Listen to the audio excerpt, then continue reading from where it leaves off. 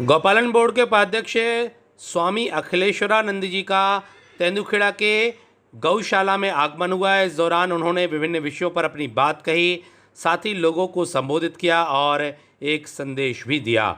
आपको सुनाते हैं क्या कुछ कहा स्वामी अखिलेश्वरानंद जी ने। और उन्होंने प्रबंधन बिगाड़ा तुम्हारा, क्योंकि तुम्हारी गौशाला में अगर 400 गाय है और तुम 200 गाय सड़क की ले आओगे तो 400 गाय का जो भूसा दाना तुमने रखा है वो 600 गाय का हो जाएगा।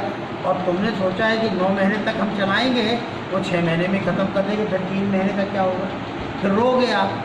तो आप वही काम करो, उतने ही आप अपना हाथ पैर फैलाओ जितनी आपकी चादर है। चादर से ज़्यादा हाथ पैर फैलाओगे तो ठंडी लगने वाली है। तो इसलिए मैं फिर कह रहा हूँ, आज का मेरा आलेख पढ़ना सोशल में चल रहा है, मैंने लिखा है कि गौशालाएं कभी भी गौ संरक्षण का केंद्र नहीं बन सकती, गौशाला समाधान दे ही नहीं सकती। केवल ये परिस्थिति ऐसी आ गई है कि हमको गौशाला खोलना पड़ रहा है कि सड़क पे वाली गौशाला गाय हम ले आए। आप गाय लाके खड़ी करोगे, किसान रोज झगड़ा करने आएगा आपके पास। इसलिए मैं डॉक्टरों से कह रहा हूँ, गौ संवर्धन बोर्ड में मैंने एक योजना दे दी है। आपने ये टैगिंग भी मेरा ही प्रस्ताव था। जब उरुग्वे की गौशालाओं के बारे में, उनके घरों की गायों के बारे में जब मैंने पूरा अध्ययन किया तो मैंने कहा उरुग्वे में वहाँ की आबादी आज की तारीख में इतनी जितनी स्वाधीनता के समय हमारी आबादी थी भारत की 35 करोड़ की आबादी थी, वहाँ 28 करोड़ की आबादी। 28 करोड़ की आबादी में वहाँ यज्ञ हो रहा था, तो वहाँ घी रखे होता, अच्छी महक आ रही थी। तो मैंने कहा जरा घी दिखाओ। जब घी देखा तो बढ़िया पीला पीला। हमने कहा ये घी किस गाय का है, भारत से आया? बोले नहीं, भारत से नहीं आया, हमारी ही गाय। हम कहा आपके पास कौन सी गाय है? बोले हमारे पास जर्सी गाय है, हॉलिस्टीन गाय है, फ्रीजियन गाय है। मैंने कहा इससे हवन करोगे आप? बोले हम एक बात कह सकते हैं, ये भारतीय मूल की गाय के दूध का घी नहीं है, परंतु इसमें इतनी सी भी मिलावट नहीं है, मिलावट वहाँ नहीं होती। तो ये हमारे यहाँ की गाय का घी है। और ये जो गाय बनी है विदेशों में, ये भारतीय गाय के साथ ही उनका प्रयोग किया गया है। यूरोप में यूरास नाम का एक पशु है, यूरास नाम के पशु के साथ भारतीय मूल की गाय का संपर्क कराया गया।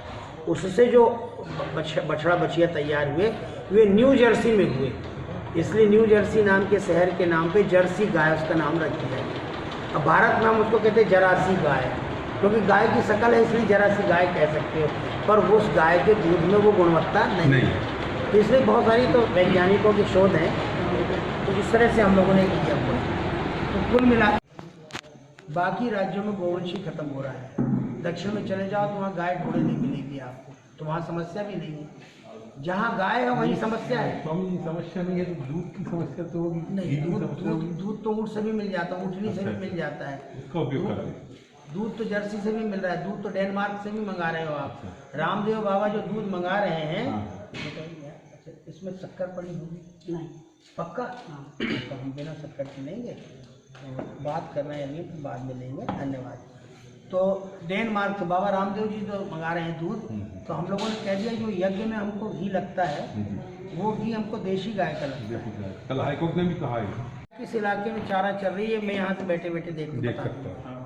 मेरी गाय गाभिन है, वो कब ब्याने वाली है उसकी डेट मुझे मालूम है, तो मैं उसकी चिंता करूँगा कि सड़क में न ब्याया जाए। तो उस गाय को उस दिन जिस दिन उसका ड्यू है उस दिन वो गाय सड़क पे न रहे, वो मेरी गौशाला मेरे घर में रहे, ताकि मैं संभाल सकूं। सड़क में गाय ब्याया जाती है, कुत्ते दौड़ना शुरू कर देते हैं उस गाय पे, बछड़े पे आक्रमण करने के लिए, बच्चिया पे। तो उनको इस बात का पता है। तो बोले भारत जैसे देश में इलेक्ट्रॉनिक चिप बहुत महंगी पड़ेगी। तो मैंने कहा एक काम करो, तो वो अभी चिप तो लगा दो। अब चिप लगा दी, अब दूसरी समस्या आ गई हमारे सामने कि महाराज जी चिप तो लगी है और सड़क पे खड़ी है गाय, तो जिस पे चिप लगी इसका मतलब घर घर जाके आपने चिप लगाई है तो उसके मालिक का नाम डला है। गौशाला में चिप लगा दी आपने तो गौशाला का नाम डला हुआ है। तो आप गौशाला की गाय पकड़ लोगे या किसी की पालतू गाय पकड़ लोगे और उसको आप जंगल में ले जाके छोड़ोगे, या हम जो केंद्र बना रहे हैं वहाँ छोड़ोगे, तो वो लड़ने आ जाएगा पटेल। हमारी 10 लीटर दूध देने वाली गाय आप पकड़ के ले गए, चुरा के ले गए, तो ये रोज़ झगड़े होने वाले हैं।